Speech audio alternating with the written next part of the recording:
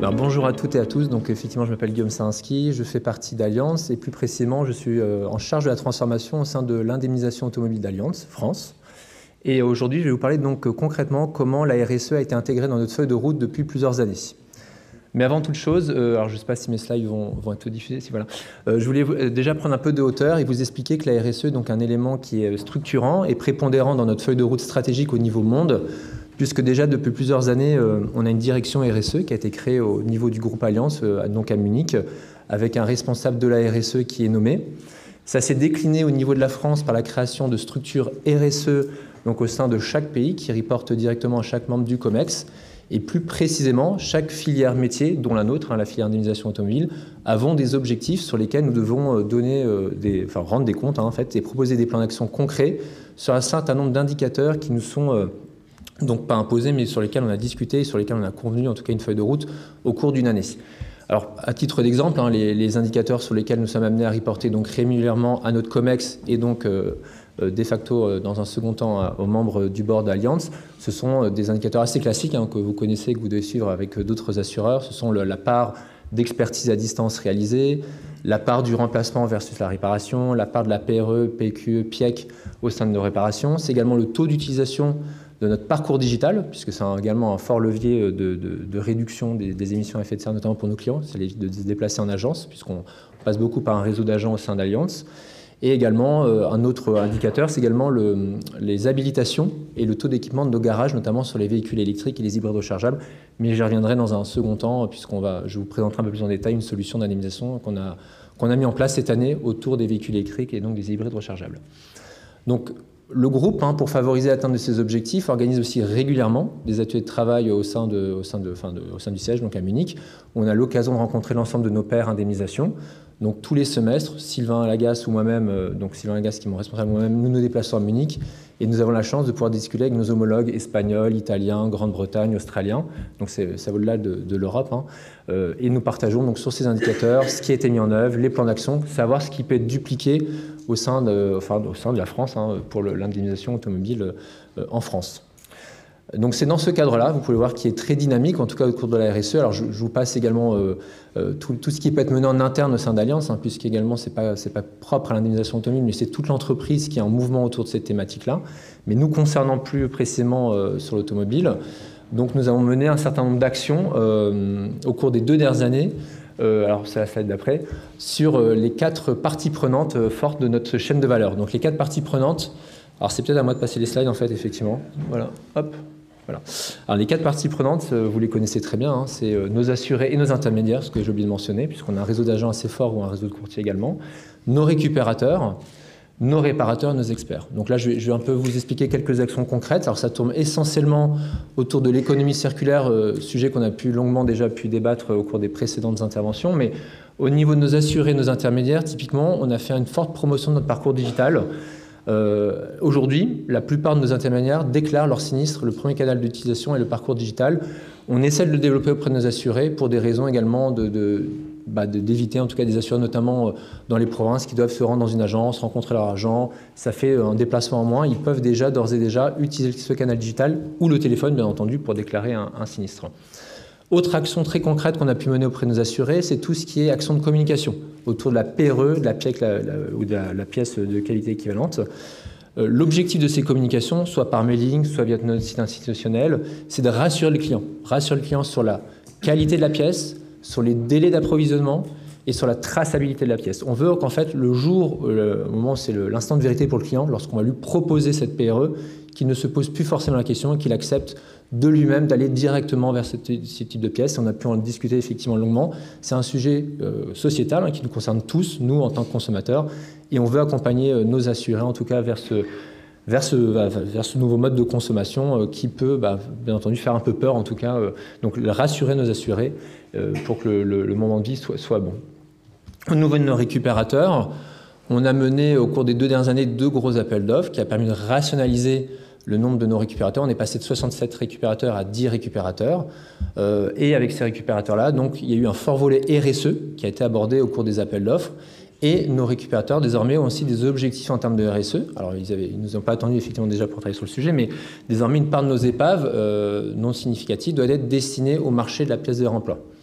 Également, communément avec nos récupérateurs, on organise très régulièrement ici des tables rondes. Alors, je pense qu'on est peut-être un des seuls mandants à le réaliser. Hein. C'est notamment chez nous Nathalie Geller qui organise cela.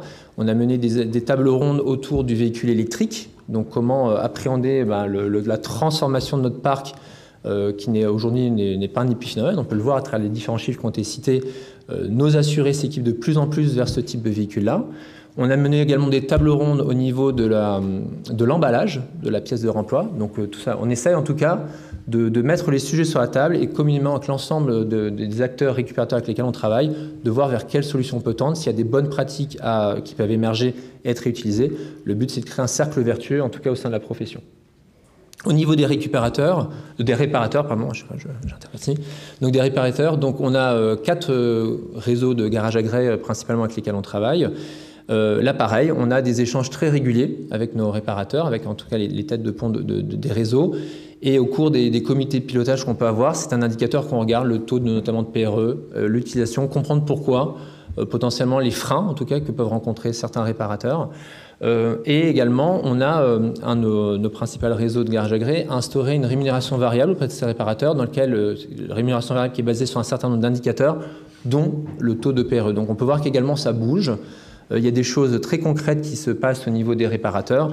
Alors, je ne suis pas le plus à même pour en parler, je pense qu'il y a beaucoup de personnes beaucoup plus spécialisées, mais pour vous dire, voilà, peut-être M. Mondelot en dira peut-être un peu plus sur la partie réparateur, mais voilà, en tout cas, c'est des choses qui bougent régulièrement. Au niveau des experts, pareil, on a mené un appel d'offres en début d'année, puisqu'en avril de cette année, on a refondu l'ensemble de notre réseau d'experts. On a profité de ces appels d'offres pour sonder la plupart des groupes d'expertise, qui se sont beaucoup, c'est un milieu qui s'est beaucoup transformé au cours de ces dernières années, avec l'émergence de gros groupes d'expertise.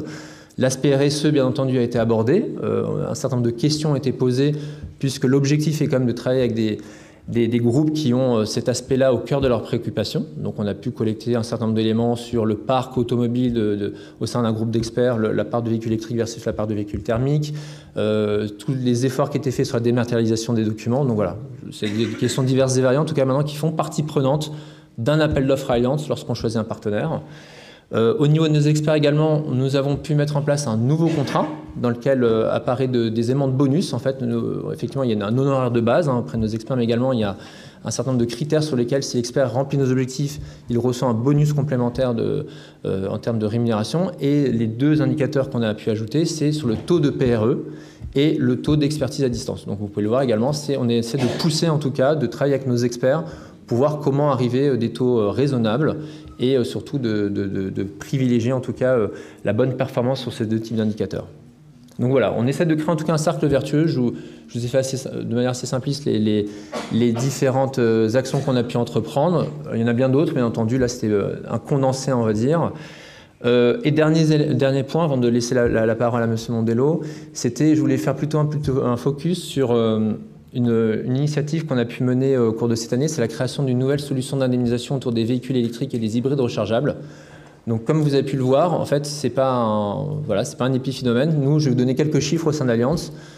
Aujourd'hui, alors en 2021, il y avait 5000 de sinistres enregistrés sur des véhicules électriques et des hybrides rechargeables. Donc, ça peut paraître peu, c'est moins de 5% de notre sinistralité, si on regarde la totalité de notre sinistre.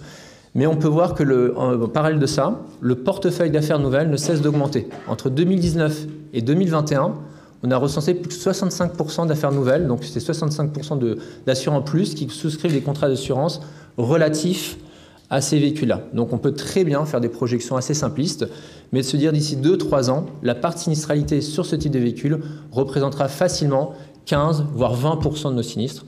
Donc c'est un phénomène d'ores et déjà à prendre en compte dans notre gamme de services. Alors en quoi a consisté cette solution d'indemnisation? C'est une solution à 2 niveaux. Une solution destinée en tout cas à nos assurés, alors des assurés qui s'équipent de plus en plus sur ce type de véhicule. Donc on a refait un fort travail de recensement en relation avec notre réseau d'experts. On a recensé sur l'intégralité de notre réseau de garages agréés les équipements et les habilitations de chaque garage pour savoir effectivement quel garage était à même de pouvoir intervenir sous des pièces sous tension avec les 3 niveaux d'habitation que vous connaissez très bien.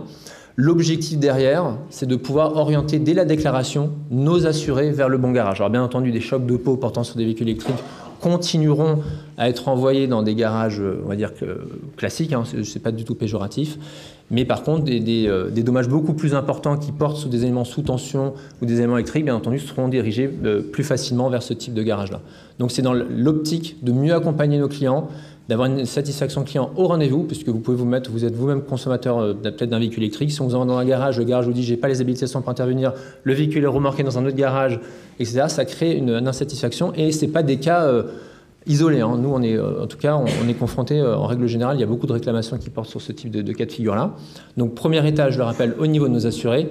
Deuxième étage, c'était au niveau de nos experts, c'est d'accompagner la profession sur l'évolution de ce type de véhicule. Donc on s'est adossé à un cabinet d'expertise au niveau national qui nous a aidé à mettre en place un module de formation sur les... Alors ça fait peut-être doublon avec ce que peut proposer le CESI, mais en tout cas voilà, on a proposé un module de formation sur 2 jours sur les véhicules électriques et les hybrides rechargeables. Module qu'on a proposé à l'ensemble de notre réseau Allianz. La plupart ont pu y participer sur ces 2 jours. Le but était de présenter les nouveautés, les réflexes à avoir lorsqu'on expertise un véhicule électrique ou un hybride rechargeable. Et deuxième point, c'est c'est d'aider la profession à se structurer. Chaque groupe désormais a des référents également techniques, électriques et hybrides rechargeables sur lesquels on peut également s'adosser. Donc voilà, c'est quelque chose qui est en mouvement. On peut voir que la profession de l'expertise également se met en ordre de marche à ce niveau. L'objectif étant derrière, effectivement, pour nous assureurs, de mettre sous contrôle les coûts moyens, mais également de définir la meilleure méthode de réparation, le cas échéant. Voilà. Donc, j'ai peut-être fait un peu vite, j'en suis désolé. J'essaie de rattraper un peu le temps. Je sais que les estomacs peut-être grincent. Donc voilà. Si vous avez des questions, n'hésitez pas, peut-être pendant le déjeuner ou après.